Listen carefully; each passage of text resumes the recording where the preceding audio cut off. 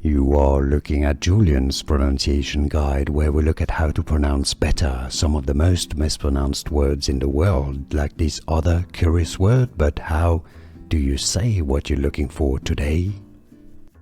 Word pronunciation. For more confusing vocabulary in English and more correct pronunciations, make sure to stay tuned. We've got tons more coming out for you at the end of the video. Elicit. Stress on the second syllable. Elicit. Both British and American English pronunciations are similar here. Elicit. Here are more videos on how to pronounce more confusing words and names too many mispronounced. Like this video if you found it useful. I appreciate your support. I'll see you soon and thanks for watching.